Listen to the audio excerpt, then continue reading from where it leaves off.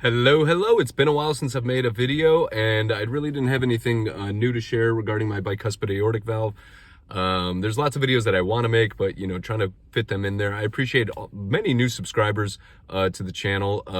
It's one of those things where it's interesting to see how much just naturally people are showing up, and it's only a few hundred subscribers, but the fact that the subject matter of bicuspid aortic valve from a patient's perspective deems to be valuable.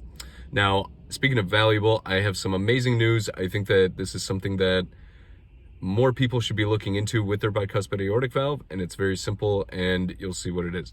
So I got a genetic test done a couple months ago, and it took a while to get the results. I made a video about that I was doing it, and the results finally came back.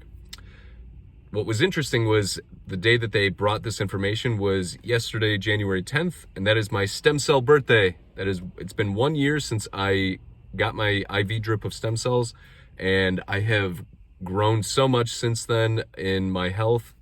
I'm so thankful to everybody that helped me get to Costa Rica to get that done. I was really just I was a mess for a couple of years, and this trip, this moment where I got this fresh sense of life to me, literally has transformed my health.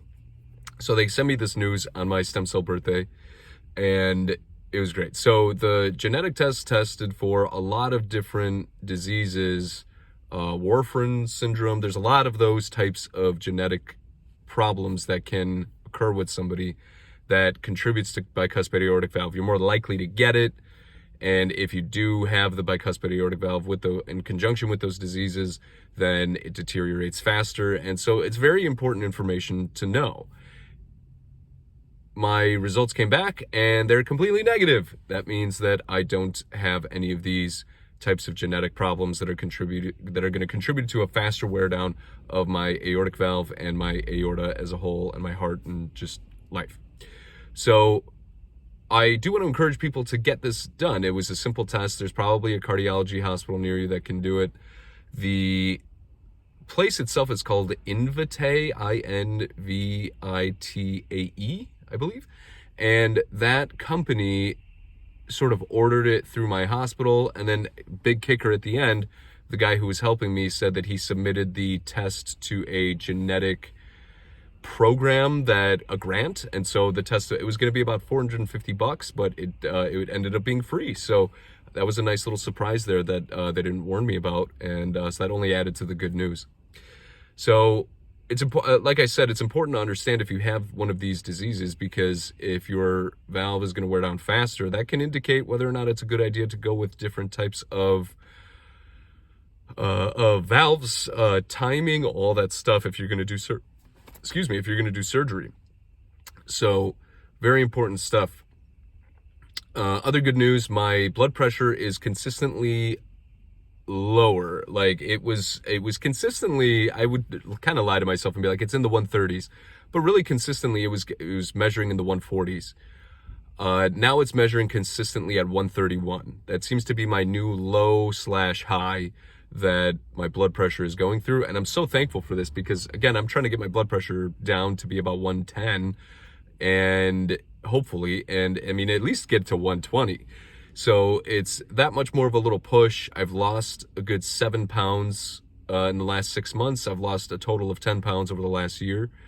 And so this moment's it was kind of a big day yesterday, my blood pressure being consistently down, finding out that I don't have the genetic diseases, and getting the test paid for. That was nice. So the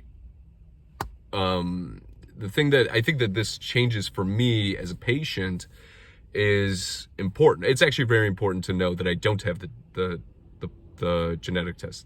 What this says to me about the way that I'm going to be adjusting my protocol for the stem cells is my heart valve is I'm going to lean into the stem cells, because this means that I don't think that at a genetic level stem cells would solve anything for my heart condition. If I don't have those problems, it only further solidifies the idea that stem cells are a effective treatment route for me personally. Again, I don't think that we should be putting heart surgeons completely out of business here. I think that we should be putting stem cells in every hospital in America That's probably not going to happen realistically. And so the only thing that I can do is advocate for it, and also tell people that there is a possibility out there. And if you are taking the steps for your health, you may be able to avoid surgery. It's very, very possible, considering the conditions.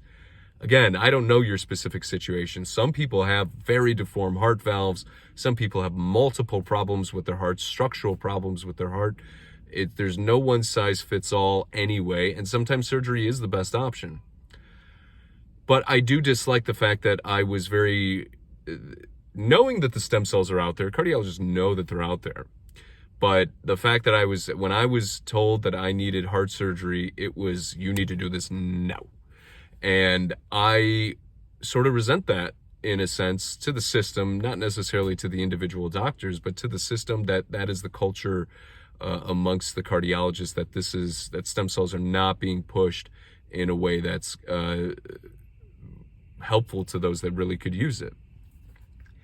That said, there's many factors that make stem cells a viable thing, but when you knowing full well that my aorta is gonna get the normal wear and tear that the average person, I'm very average.